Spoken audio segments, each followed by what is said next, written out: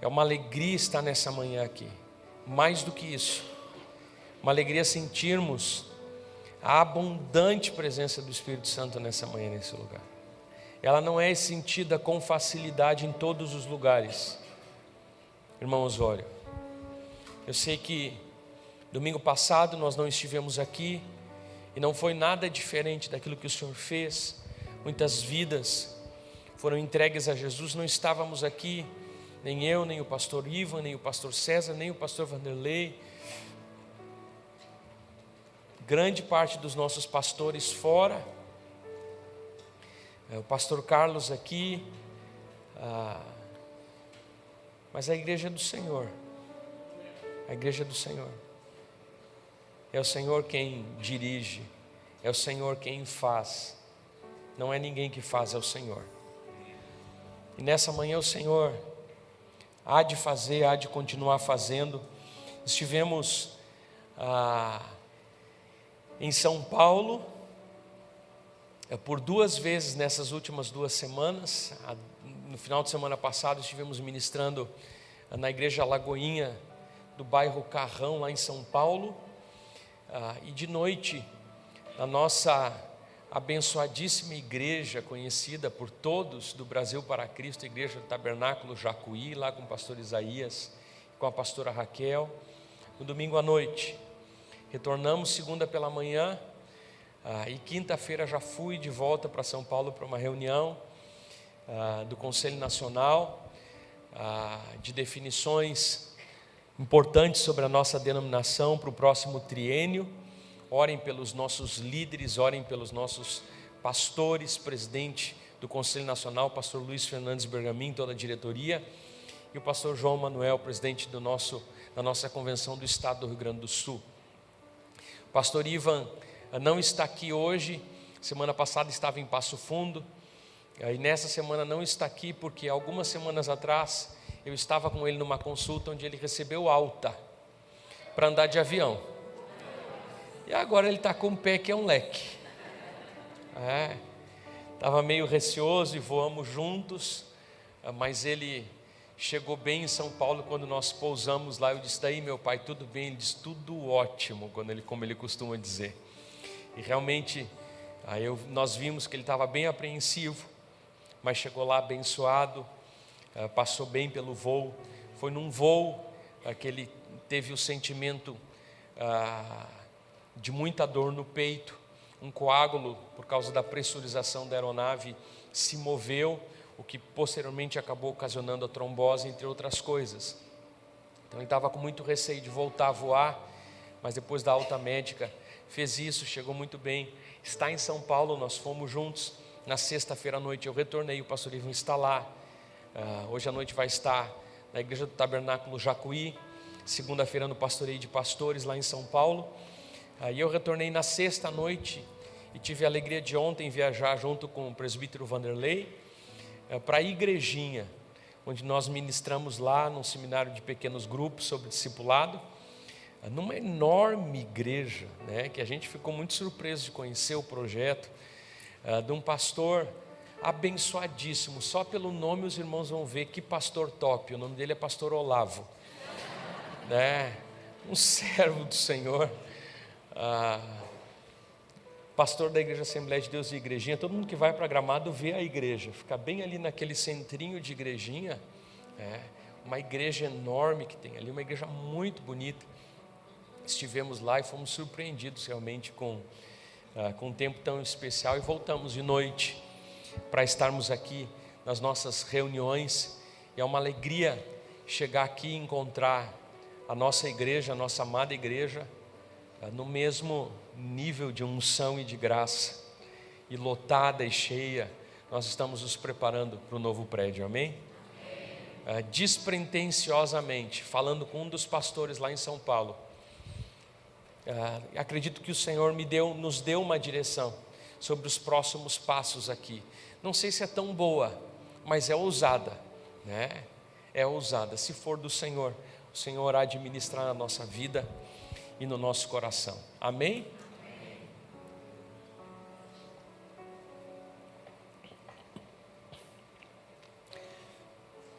os filósofos, na verdade as pessoas como um todo, pensam e tentam imaginar qual é o alvo da vida.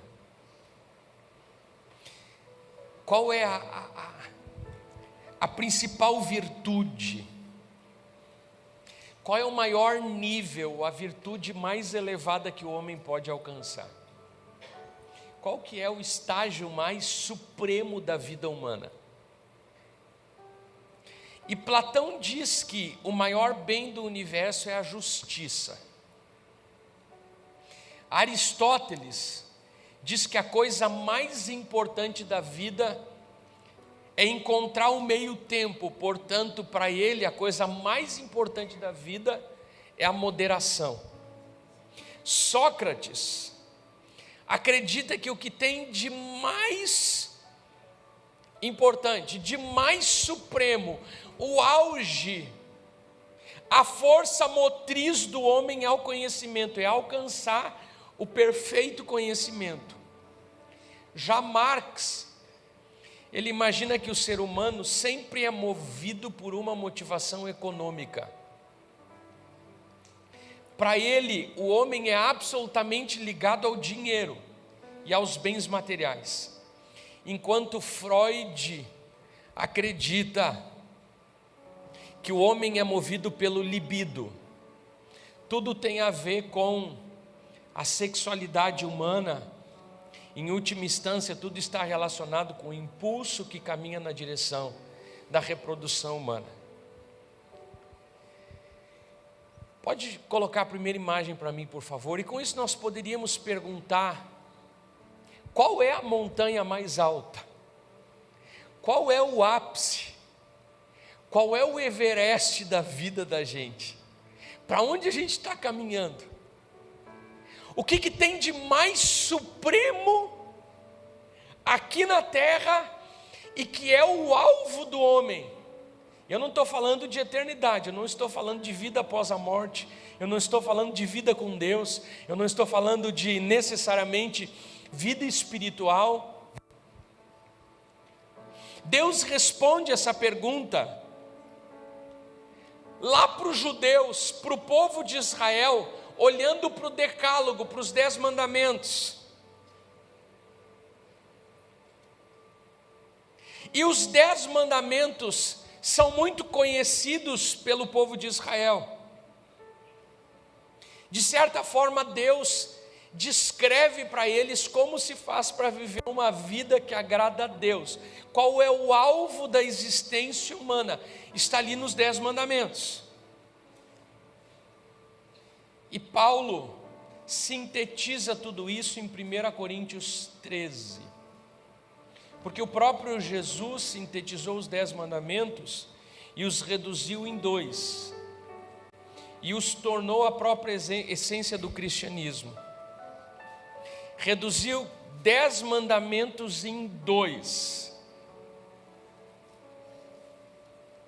E ele respondeu, lá em Lucas capítulo 10, versículo 27, você pode manter aberto em 1 Coríntios 13, Jesus respondeu: o resumo de todos os mandamentos: ame o Senhor, o seu Deus, de todo o seu coração, de toda a sua alma, com todas as suas forças e com todo o seu entendimento, e ame o seu próximo como a si mesmo.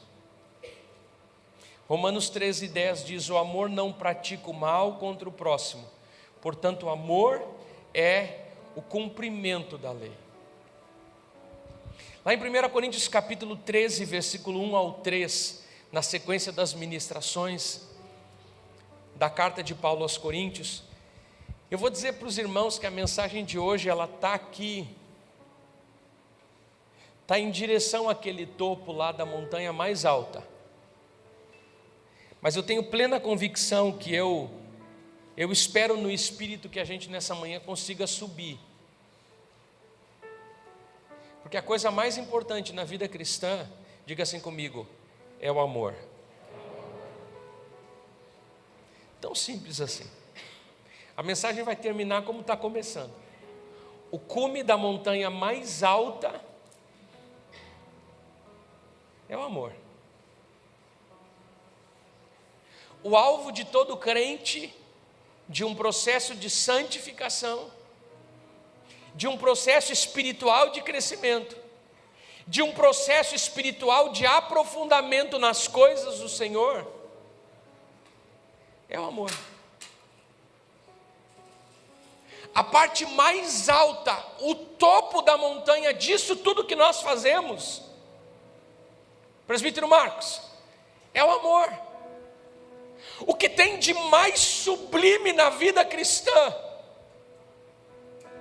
o ponto mais alto, central, a cereja do bolo, aquilo que é mais difícil de conquistar, que é o topo de uma montanha. O apóstolo Paulo diz que isso é o amor. Jesus resume todos os mandamentos do Antigo Testamento, que é o princípio, o cerne, o resumo da lei, de como agradar a Deus. Quem cumpre esses mandamentos é salvo. Jesus resume os 10 em 2. Ame ao Senhor teu Deus e ao teu próximo como a ti mesmo. Ame a Deus acima de todas as coisas. Pastor, eu não preciso guardar os mandamentos. Tudo provém do amor. E esse texto diz assim, nós só vamos ficar nesses 3 versículos hoje. 1 Coríntios 13, 1 ao 3 diz: ainda que eu fale as línguas dos homens e dos anjos, se eu não tiver amor, serei como bronze que soa ou como símbolo que retine. Ainda que eu tenha o dom de profetizar e conheça todos os mistérios e toda a ciência, ainda que eu tenha tamanha fé, a ponto, diz numa versão, a mensagem, de fazer uma montanha pular, se eu não tiver amor, eu nada serei. E ainda que eu distribua todos os meus bens entre os pobres, e ainda que eu entregue o meu próprio corpo para ser queimado, se eu não tiver amor, nada disso me aproveitará. As ideias de Jesus, as ideias marcadas na história do cristianismo, são bem diferentes das ideias dos filósofos. O auge da vida não é o conhecimento, o auge da vida não é o dinheiro, o auge da vida não é o equilíbrio. Para a palavra de Deus e para Deus, a supremacia absoluta no ensino do Novo Testamento está no amor. E amor se refere àquela capacidade de perder em função do próximo e de fazer o bem segundo Deus. O monte mais alto, o topo da montanha é o amor. Alguns acreditam que Paulo está falando no capítulo 12 sobre dons, e no capítulo 14 ele volta a falar sobre dons, mas no capítulo 13 ele fala de amor. E ao falar de amor, alguns estudiosos acham que Paulo dá uma pausa no assunto, fala de outra coisa que não um dom, e depois ele volta a falar de dom. E que o capítulo 13 seria então uma interrupção dos assuntos de dons. Mas a melhor forma de entender esse texto é como no próprio capítulo 12, no último versículo, se você quiser abrir comigo, olha aí no último versículo do capítulo 12, você vai ver o que o apóstolo Paulo diz: entretanto, busquem com dedicação os melhores dons, ponto final. E ele continua: passo agora a mostrar-lhes um caminho ainda mais excelente. Paulo está continuando no assunto, e no capítulo 13 ele começa dizendo: ainda que eu fale a língua dos homens e dos anjos, se eu não tiver amor, eu nada serei. Muito antes de ser uma interrupção, 1 Coríntios 13 é o cume, é o clímax, é o ponto mais alto dos dons e da vida espiritual, a partir do qual todos os outros dons e presentes cristãos são vistos e ajustados na perspectiva correta e no relacionamento correto. O amor é o topo da montanha, a partir do qual os montes circundantes podem ser vistos com a visão e compreensão clara e correta. Lá do topo é onde a gente consegue enxergar melhor todo o resto. É o caminho mais excelente. É o ápice para onde Paulo tem por tanto tempo se esforçado, para trazer os seus leitores, coríntios, para que pudessem ver aquilo que ninguém, do pé da montanha, ou de picos menores, à volta pode enxergar. Diga assim comigo: os dons não são o pico, não são o ápice da vida cristã. Mas muitos coríntios acreditavam que ter um dom era a coisa mais preciosa que podia existir. Falar em línguas era a coisa mais surpreendente que podia existir no meio da igreja. Ter um dom de curar era a coisa mais impressionante que podia existir. Os coríntios estavam avaliando todo da perspectiva de uma parte do que eles tinham recebido. Quem tinha o dom de profecia avaliava todas as coisas a partir da ótica da profecia. Quem tinha o dom de revelação avaliava todas as coisas a partir da ótica da revelação. E Paulo está lá em cima do cume do monte mais alto e dizendo assim: ó, subam até aqui, porque é daqui, do ponto de vista do amor, que vocês vão conseguir enxergar bem todos os dons. Na verdade, vocês só vão enxergar com clareza quando vocês conseguirem enxergar no dom supremo, que é o amor.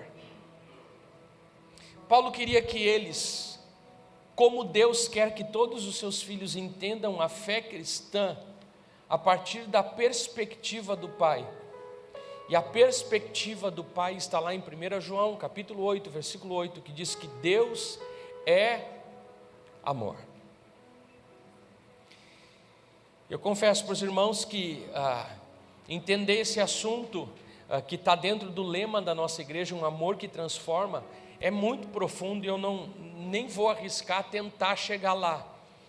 Mas ao estudar profundamente, ao ler, ao buscar no Senhor, o Senhor me trouxe 2 ensinamentos, que ao decorrer da mensagem nessa manhã eu gostaria de deixar para o seu coração. Por vezes nós pensamos como os coríntios, e nós nos surpreendemos com o agir sobrenatural, com a manifestação do poder. E quantas vezes na nossa vida, no nosso culto, nós colocamos esses dons na frente ou acima do amor. Julgamos pela ótica dos dons, avaliamos espiritualidade pelos milagres,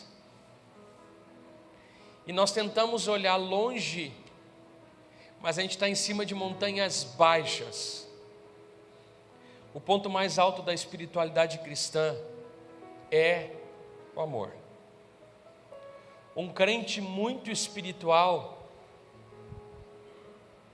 é o queridão, é aquele que aprendeu muito sobre amar. O crente muito espiritual não é o que fala em língua estranha. Escuta bem o que eu estou te dizendo. O crente muito espiritual não é o que tem mais dons. O crente muito espiritual é o que melhor ama como Jesus amou. Para a gente o que chama atenção são os dons. E aqui Paulo não está falando de outro assunto. Paulo está dizendo assim, ó, no meio de tudo isso, no meio de todas essas montanhas preciosas, tem uma montanha que é a mais alta de todas, que tem a vista mais linda de todas. É o monte supremo da vida humana, é o amor.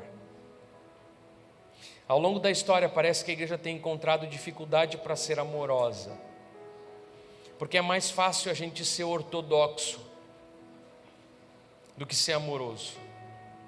É mais fácil a gente ser ativo no trabalho do que ser amoroso. O apóstolo Paulo falou aos Efésios, quando ele esteve lá, eles dizem: se aprofundem no amor de Deus, busquem conhecer a profundidade, a largura, o comprimento do amor de Deus. Alguns anos depois, o anjo da igreja em Éfeso recebe uma carta dizendo assim: tenho contra vocês que vocês abandonaram o primeiro amor.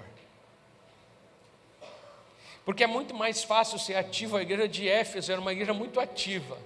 É uma igreja que fazia um monte de coisa. Uma igreja conhecida, uma igreja popular, uma igreja que Paulo pastoreou, Pedro pastoreou, Tiago pastoreou. Pode ser que me falhe a memória em relação a Pedro. Mas Tiago pastoreou, João pastoreou. A igreja que a mãe de Jesus congregou. Era uma igreja top. Mas hoje eu disse para a igreja: olha, vocês estão de parabéns em muita coisa, mas falta para vocês o amor. Vocês esfriaram no amor. E vocês precisam renovar o amor, porque sem amor, eu vou vir e vou tirar o candelabro do meio de vocês, que é a presença de Deus. Característica suprema que Deus exige do seu povo é o amor. Você pode perguntar o que eu perguntei para esse texto assim que eu li ele pela primeira vez: o que é o amor? Aqui o apóstolo Paulo usa uma palavra grega chamada ágape. A palavra traduzida nesse capítulo é justamente o ágape. E é uma palavra rara na literatura grega antiga. Não era de uso comum até o Novo Testamento, onde passou a ser muito usada pelos cristãos. Então quer dizer que o apóstolo Paulo lança a mão de uma palavra que não era comum no discurso e na oratória grega, mas que a partir do movimento do cristianismo, a partir do cristianismo, a palavra ágape começou a ser mais usada. A partir dos escritos paulinos e do Novo Testamento, ágape, que não era muito comum, o que era mais comum era aquilo que hoje nós entendemos sobre o amor.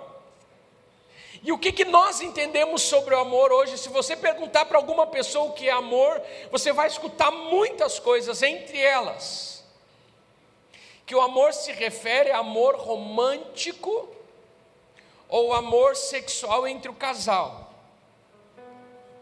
E se Paulo quisesse se referir a isso, ele usaria a expressão eros. E o amor que Paulo está falando aqui não é eros, não é o amor romântico. O amor que Paulo está falando aqui não é um mero sentimento, uma situação, uma sensação agradável sobre algo ou sobre alguém. Como eu amo comer sorvete, como eu amo ir para a praia. Isso não traduz aquilo que Paulo está falando sobre o amor. Amor não significa amizade ou amor fraternal, senão Paulo teria usado a expressão filia, que é a expressão utilizada no grego para falar de amor entre amigos, comunhão fraternal entre pessoas. Ágape também não significa caridade, como a versão King James quis traduzir, usando a palavra caridade, puxando lá do latim, porque esse termo é associado a algumas doações às pessoas necessitadas, e amor não significa só isso. O capítulo todo de 1 Coríntios, capítulo 13, obrigado, é a definição completa da palavra ágape. Karl Menninger, o famoso psiquiatra e fundador da clínica Menninger, ou Menninger, escreveu que o amor é o remédio para os nossos doentes. Se as pessoas podem aprender a dar e receber amor, eles costumam se recuperar de sua doença física ou emocional. O problema é que hoje em dia poucas pessoas têm ideia do que é o amor verdadeiro. A maioria das pessoas, incluindo muitos cristãos, parecem pensar nisso só em termos de sentimentos agradáveis, de afeto caloroso, de romance, de desejo ou de atração. Quando a gente diz eu te amo, em outras formas a gente está querendo dizer eu me amo e quero você para satisfazer o meu desejo. Isso, é claro, é o pior tipo de egoísmo e é o oposto do amor. Alan conta uma história de uma jovem, ele tem um sobrenome, mas é difícil, eu não consegui ler. É Alan Redband, alguma coisa assim. O Barclay cita essa história e ele diz que esse historiador conta que uma jovem desesperada buscou por aconselhamento com um pastor. E ela disse: há um homem que diz que me ama tanto, que ele vai se matar se eu não casar com ele. O que eu devo fazer? Você não deve fazer nada, respondeu ele. Ele não te ama, ele ama a si mesmo. Essa ameaça não é amor, essa ameaça é puro egoísmo. Uma boa tradução para o termo ágape, que se refere ao amor de Deus, não a filos, que é o amor entre amigos, não a eros, que é o amor romântico, mas ágape, o melhor significado, a melhor tradução da palavra ágape é amor abnegado, o amor que está mais preocupado em dar do que receber. E esse é um amor tão raro na igreja hoje, quanto era raro na igreja de Corinto. Aquele amor que está mais preocupado em dar do que receber, a medida suprema. E o maior exemplo de amor ágape é o amor de Deus.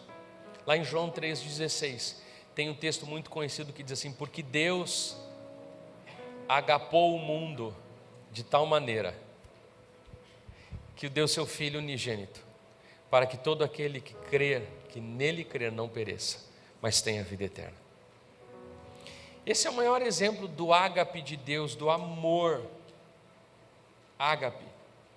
O amor é, acima de tudo, sacrificial, é o sacrifício de si mesmo para o bem dos outros, mesmo por aquelas pessoas que não se importam conosco, ou mesmo para aquelas pessoas que nos odeiam.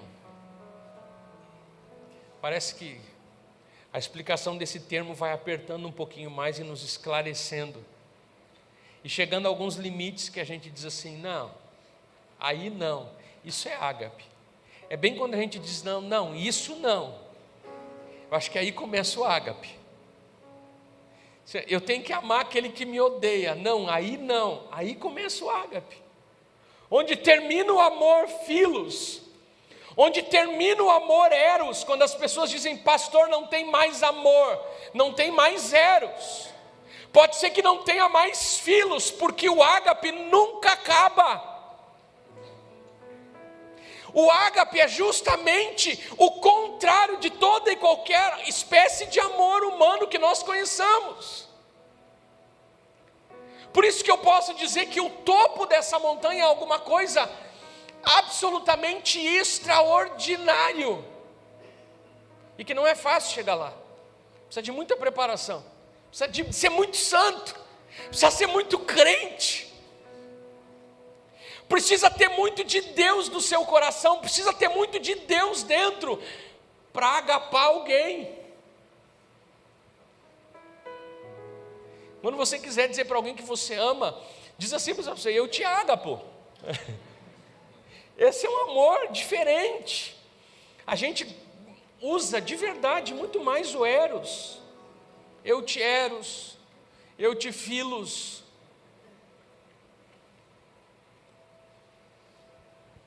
A medida suprema e o maior exemplo do amor ágape está no próprio Cristo, está no próprio Deus. O amor é, acima de tudo, sacrificial. E eu quero rapidamente ver com vocês um resumo importante sobre o que é esse amor ágape. O amor ágape não é uma opção para o crente, é uma determinação da parte de Deus para o crente. Não é um ato de escolha. Nós somos ordenados a amar dessa forma, até com os nossos inimigos. Não é uma escolha. Mas eu não consigo amar fulano porque ele me prejudicou. Você, como crente, você deve amar o fulano, mesmo que ele tenha te prejudicado. É isso que a palavra nos fala. Não é uma escolha, mas é uma ordenança da parte de Deus. Isso está lá em Mateus capítulo 5, versículo 44, você não precisa abrir, eu vou ler rapidamente. Digo-vos, amai os vossos inimigos, e orai pelos que vos perseguem, para que sejais filhos do vosso Pai que está nos céus. Se Deus nos amou assim, e lá em Romanos 5,10 diz como Deus nos amou, Deus nos agapou, quando éramos inimigos, nós fomos reconciliados com Deus, pela morte do seu Filho, quando nós estávamos de costas para Deus. Deus não nos amou porque a gente fez um gesto bonito, Deus amou a gente quando a gente era inimigo, a palavra diz, quando o nosso coração estava contrário à vontade de Deus, quando a gente estava longe dos caminhos do Senhor, quando a gente nem imaginava na possibilidade de estar numa igreja. Foi naquele dia que Deus nos amou. Deus não nos ama hoje, Deus nos amou antes da nossa decisão. Deus nos amou enquanto nós éramos inimigos, estávamos contrários. É o que a palavra diz, quanto mais nós devemos amar aqueles que são nossos inimigos. Com o mesmo amor com que o Pai enviou Jesus ao mundo, amando os seus que estavam no mundo. E a palavra diz em João 13:1, eu os amei até o fim. Senhor, esses dias, Senhor não, eu estou querendo falar com Deus e com vocês ao mesmo tempo. Esses dias, enquanto o pastor Ivan ministrava sobre as mutualidades, e ele leu o texto da oração de Jesus, prestando explicação para Deus do que ele fez com seus discípulos. Ele disse, Senhor, os discípulos que tu me destes, eu quero te prestar o relatório, eu amei eles até o fim. Irmãos, esse é o seu desafio, esse é o meu desafio, amar como Jesus nos amou. E amar como Jesus nos amou é amar sem motivo. Eu não amo porque a pessoa fez alguma coisa, eu não amo porque a pessoa me ama. Irmãos, como é bom amar quem te ama, quem te traz um pudim, quem te traz um presente, quem te trata bem. Irmão, todo mundo ama quem lhe ama. A gente acha que ama as pessoas e tem esse sentimento gostoso quando alguém te ama. Isso é maravilhoso, isso é a comunhão da igreja. Mas irmãos, amor é a gente amar quem não ama a gente, presbítero Sadi. Quem quer o mal da gente, quem planeja o mal contra a gente, ou quem quer apagar a gente da história. Sabe o que acontece muito, né? As pessoas que saem da tua vida, às vezes elas voltam lá nas redes sociais e apagam tudo o que fizeram contigo. Eu pensei que isso não existia, descobri que existe.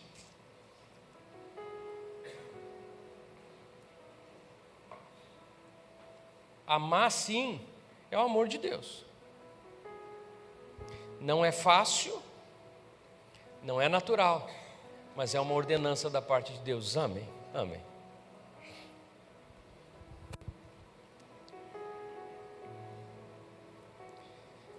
Segunda verdade é que o amor já está de posse dos cristãos, porque o amor é obra do Espírito Santo na nossa vida.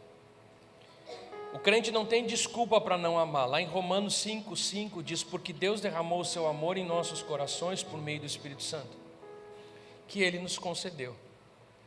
Ninguém tem desculpa para não amar. Ninguém pode dizer, pastor, eu não consigo. Diz, olha, tu não quer, porque o amor de Deus já foi derramado no teu coração. Primeiro, é uma ordenança nós amarmos. Segundo, o amor de Deus já foi concedido e mais, ele não é seu. Quem nos concede é o Espírito Santo. É por meio do Espírito que nós amamos. Assim como fomos amados, devemos amar. Não vou me aprofundar nesse tópico porque o tempo está correndo. O amor também é a norma da vida cristã.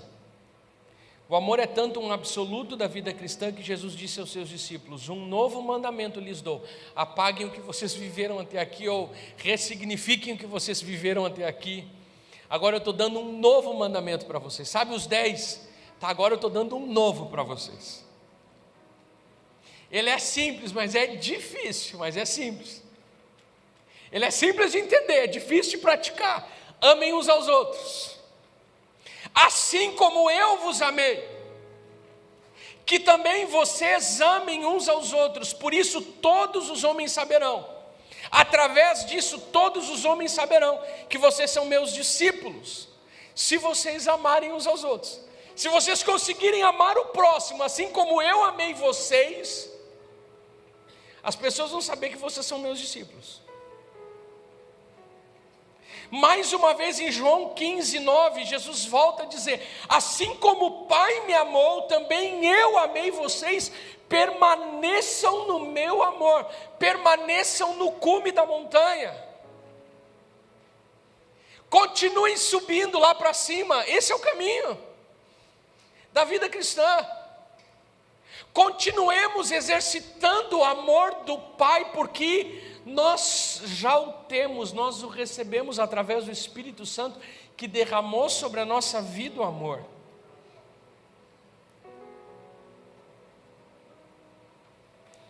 O apóstolo Paulo diz que aquele que ama o próximo cumpre a lei. E olha que interessante o entendimento do apóstolo Paulo. Por que ele diz que aquele que ama o próximo cumpre a lei? Ele está se referindo aos 10 mandamentos: não adulterarás, não cobiçarás as coisas do próximo, não darás falso testemunho. Aquele que ama não adultera. Aquele que ama não mente. Aquele que ama não rouba. E se não houver qualquer outro mandamento, tudo se resume nessa palavra: amarás o teu próximo como a ti mesmo. Diga assim comigo: desamor está por trás de toda desobediência ao Senhor. E o inverso é verdadeiro: o amor está por trás de toda obediência verdadeira ao Senhor. Quando a gente ama, é fácil ser fiel. Quando a gente ama, é bem mais fácil obedecer a palavra do Senhor. Quando a gente ama a Deus, quando a gente ama as coisas do Senhor. Jesus não deixou nenhuma dúvida quanto ao amor ágape. O amor abnegado é a marca suprema do discipulado. E por fim, o amor precisa ser praticado para ser genuíno. Irmão, essa história de amar só em palavras não é balela, é conversa fiada. Aquelas pessoas que dizem assim: ó, eu te amo, mas estou indo embora. Desculpa a expressão, amo uma ova. Expressão que eu puxei, nem sei o que significa, mas puxei lá de trás. Ama nada. A pessoa matou por amor. Que tipo de amor, hein?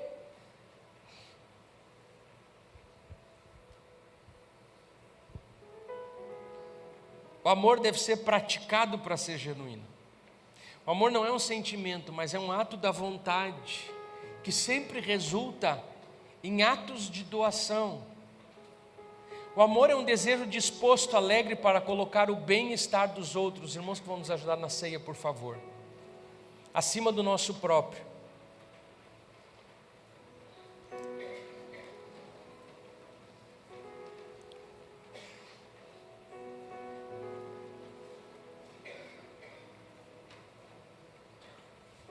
O amor não deixa lugar para o orgulho, para a vaidade, para a arrogância, para o egoísmo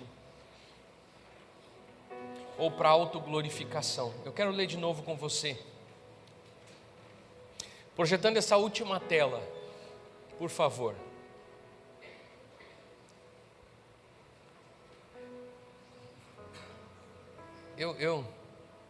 eu quero chegar lá. Eu tenho consciência que eu tô como aquela antiga imagem ali. Mas, irmãos, eu acredito que o Senhor já nos deu amor. Eu quero chegar no topo dessa montanha. Quantos querem? Que o Senhor nos dê graça nessa manhã. Porque quando a gente começa a pensar sobre o que é amor de forma muito profunda, a gente se perde, porque é uma filosofia assim muito... Entender o amor de Deus é uma coisa assim, ó, tão profunda, que não é fácil. Agora eu quero trazer de forma bem prática para a nossa vida. O amor deve ser praticado para ser genuíno. 1 Coríntios 13, do 1 ao 13, eu vou ler de novo para encerrar, diz assim: ainda que eu fale a língua dos homens e dos anjos, se não tiver amor, serei como o sino que ressoa ou como o prato que retine. Ainda que eu tenha o dom de profecia, saiba todos os mistérios e todo o conhecimento, tenho uma fé capaz de mover montanhas. Irmão, imagina que fé que é essa, que consegue mover montanha. Paulo diz: ainda que eu saiba de todos os mistérios e de todo o conhecimento, tenho uma fé capaz de mover montanhas, se eu não tiver amor, eu nada serei. Ainda que eu dê aos pobres tudo o que possuo, entregue o meu corpo para ser queimado, se não tiver amor, nada disso me valerá. Uma teologia correta não substitui o amor. Uma vida com o poder de Deus para curar os enfermos não substitui o amor. Um conhecimento profundo das Sagradas Escrituras não substitui o amor. Nada substitui o amor. Você pode falar todas as línguas estranhas possíveis. Você pode ser o mais espiritual dos crentes e ter muitos dons. Você pode pregar bem. Você pode ser o mais generoso de todos e dar tudo o que você tem.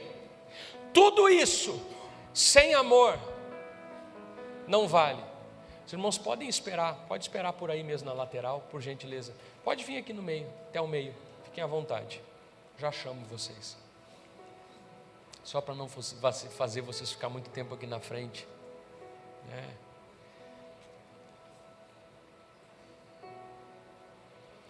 Quando Jesus vai explicar para um mestre da lei que o questionou sobre a vida eterna e sobre o amor, Lucas 10, 26 ao 37, se você quiser olhar comigo rapidamente, não precisa, eu abro aqui. Lucas 10, certa ocasião um perito na lei levantou-se para pôr Jesus à prova e perguntou: mestre, o que eu preciso fazer para herdar a vida eterna? E Jesus olha para ele e diz assim: o que está escrito na lei, respondeu Jesus, como você a lê? E olha o que o mestre da lei disse: ame o Senhor, o seu Deus, de todo o seu coração, de toda a sua alma, de todas as suas forças, com todo o seu entendimento, e ame o seu próximo como a si mesmo. E Jesus disse: você respondeu corretamente, faça isso e viverá. O mestre da lei ainda não estava satisfeito, ele disse assim: e quem é o meu próximo? E Jesus, querendo explicar o amor, ele sai da retórica e vai para uma parábola muito prática. E ele diz assim: um homem descia de Jerusalém para Jericó e caiu nas mãos dos assaltantes. Estes lhe tiraram as roupas, espancaram-no e se foram, deixando-o quase morto. Aconteceu estar descendo pela mesma estrada um sacerdote. Quando viu o homem, passou pelo outro lado. E assim também um levita, quando chegou ao lugar e o viu, passou pelo outro lado. Mas um samaritano, estando de viagem, chegou onde se encontrava o homem, e quando o viu, teve piedade dele. Aproximou-se, enfaixou-lhe as feridas, derramando nelas vinho e óleo. Depois colocou-o sobre o seu próprio animal, levando-o para uma hospedaria, e cuidou dele. No dia seguinte, deu 2 denários ao hospedeiro e lhe disse: cuide dele. Quando eu voltar, pagarei todas as despesas que você tiver. E aí Jesus pergunta: qual destes 3 você acha que foi o próximo do homem que caiu nas mãos dos assaltantes? E ele diz: aquele que teve misericórdia dele. Quem é que ama? É aquele que tem misericórdia. Quem é que ama é aquele que não explica muita coisa, mas que pega alguma coisa e ajuda. Quem é que ama é aquele que faz, que levanta e vai fazer, não fica dando desculpa, não fica terceirizando a culpa, não, porque eu não faço, porque tu não faz, e eu não faço porque tu não faz. Quem é que ama? Aquele que faz, aquele que é o primeiro a fazer, aquele que faz sem esperar nada em troca, aquele que faz não por causa da pessoa, faz porque ama. Aquele que faz não porque, mas a pobreza na sociedade, aquele que faz, aquele que expressa o amor, enquanto a pessoa ainda não mereceria receber nenhum amor, a pessoa ama, a pessoa constrange no amor, e depois Jesus diz: vá e faça o mesmo. Na última ceia, Jesus, Ele não prega sobre o amor, mas Ele ensina sobre o amor de forma prática. Antes da ceia, Ele tira parte da sua vestimenta externa e começa a lavar os pés dos seus discípulos, como uma demonstração prática do amor para aqueles que, ao contrário do seu mestre, foram para a ceia pensando apenas em si mesmos. Jesus nos ensina a amar não em palavras, mas em ações. Foi assim que Jesus foi para a cruz. Enquanto ninguém entendia nada, enquanto os discípulos dormiam, enquanto estavam disputando o melhor lugar no reino, Jesus estava caminhando para o Gólgota, dizendo assim: vocês ainda não compreendem o que eu estou fazendo por vocês. Jesus amou, Jesus se entregou na cruz. Se você quer nessa manhã entender mais sobre o que é amor, seja prático e ame. Tira o amor do campo dos sentimentos e haja. Faça algo por alguém que convive contigo. Ajude alguém que você não conhece. Não tente entender o amor, pratique o amor, porque você já tem o amor de Deus. Ele já foi derramado sobre a sua cabeça. E talvez você tenha alguém que hoje você precisa amar, assim como Jesus nos ensinou, com ágape. O amor não é uma atração emocional, mas é uma ação altruísta, um serviço humilde ao encontro do necessitado. Não importa o quão humilde seja o serviço, ou quão indigna seja a pessoa a ser servida, o amor não espera nada em troca. Os irmãos podem vir com a ceia. Eu não sei como é que você veio para a ceia hoje.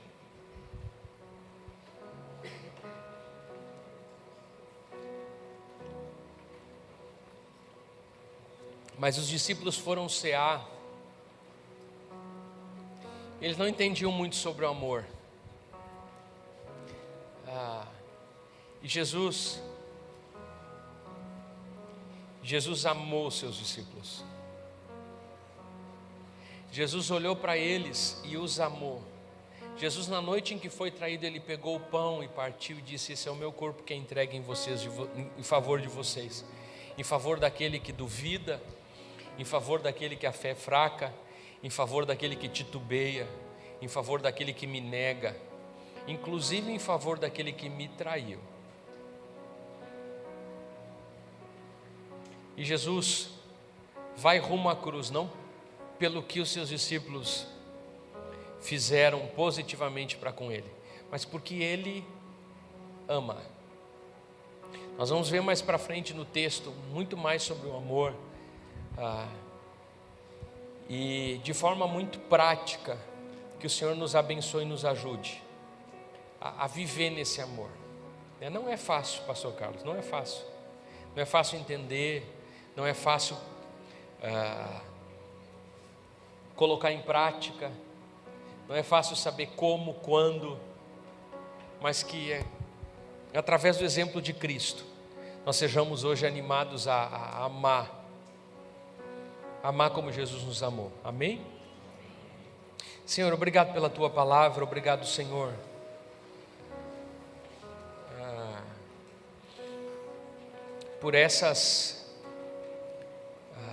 por esses elementos que nós temos aqui na nossa frente, Senhor, o pão e o cálice.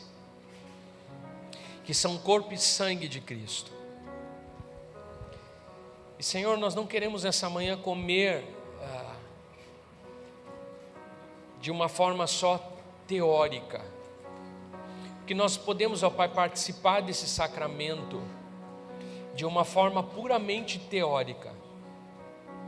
Nós podemos, ó Pai, comer o pão e beber o cálice de uma forma religiosa, e já seria, Senhor, uma bênção podermos lembrar do corpo e do sangue de Jesus. Podemos ter parte no perdão de Cristo. Mas nos ajuda, Senhor, para que a nossa vida revele, reflita o amor de Deus. Ó Senhor, nos ajuda para que ao comermos este pão e ao bebermos deste cálice, ao lembrarmos, ó Pai, do amor de Jesus por mim, por nós, nós possamos, ó Pai, crescer em amor. Crescer em amor uns pelos outros, crescer em amor para com aquele, Senhor, que nós conhecemos ou que nós não conhecemos. Crescer nesse tipo de amor, ó Pai, um amor que não espera nada em troca, um amor que acredita, um amor que é estável, que está sempre presente, que não duvida, um amor que é constante, um amor que é insistente, um amor que é persistente, um amor que amanhã passa um dia, passa uma semana, passa um mês, e ele continua perseverando em amor. Ó Senhor, nos dá graça nessa manhã, para que possamos subir no monte mais alto de todos. Nós queremos os dons, e nós queremos também, Senhor, esse presente que é o maior de todos, que é o amor. Nós queremos, ó Pai, poder olhar para todas as outras montanhas, ou ter conquistado todas as montanhas dos dons que Tu quiseres distribuir sobre a Tua igreja, Senhor. Mas nos permita, Senhor, que todos nós possamos olhar lá de cima, do topo mais alto, que é o amor. Ó Senhor, que esse presente de Deus na nossa vida venha a repousar no nosso coração, porque isso não é humano, não adianta a gente tentar encontrar em nós esse tipo de amor. Isso não vem de nós, ó Pai, isso não vem da carne, isso não é produzido por esforço humano, isso é presente de Deus. Se o Teu amor não estiver em nós, ó Pai, jamais poderemos amar como Jesus nos amou. Agora, Senhor, se nós reconhecemos nessa manhã como Jesus nos amou, se nós reconhecemos nessa manhã que Jesus nos amou, e a gente não tinha nada para oferecer e continua sem ter, que Jesus nos amou e a gente não podia dar nenhum passo, porque nós estávamos mortos dos nossos delitos e pecados, e aí Jesus nos amou, aí Jesus derramou o amor dele para com a nossa vida. Nós não tínhamos, ó Pai, nada de valor, nada para dar em troca, nada, nenhum argumento diante do Pai. E o Pai nos amou a tal ponto que nos entregou o Seu Filho Jesus Cristo para morrer na cruz do Calvário, ó Pai. Que ao sentirmos esse amor, venhamos amar como Jesus nos amou, Senhor. Porque a Tua palavra diz que é assim que o mundo vai Te conhecer, se nos amarmos uns aos outros, Senhor. Nos ajuda para que venhamos crescer nessa matéria, venhamos, ó Pai, subir nessa montanha, venhamos como igreja, Senhor, estar realmente convictos daquilo que o Senhor tem para fazer através da nossa vida, Senhor, para que o mundo Te conheça.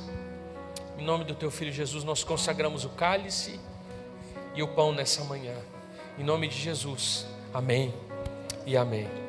Podemos distribuir, todos aqueles que já são batizados nas águas podem comer o pão e beber o cálice. Vamos esperar uns pelos outros.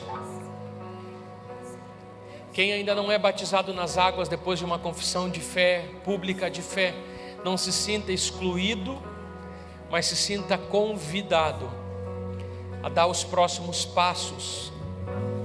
E logo, em breve, estar também comendo do pão e bebendo do cálice. Vamos louvar o Senhor.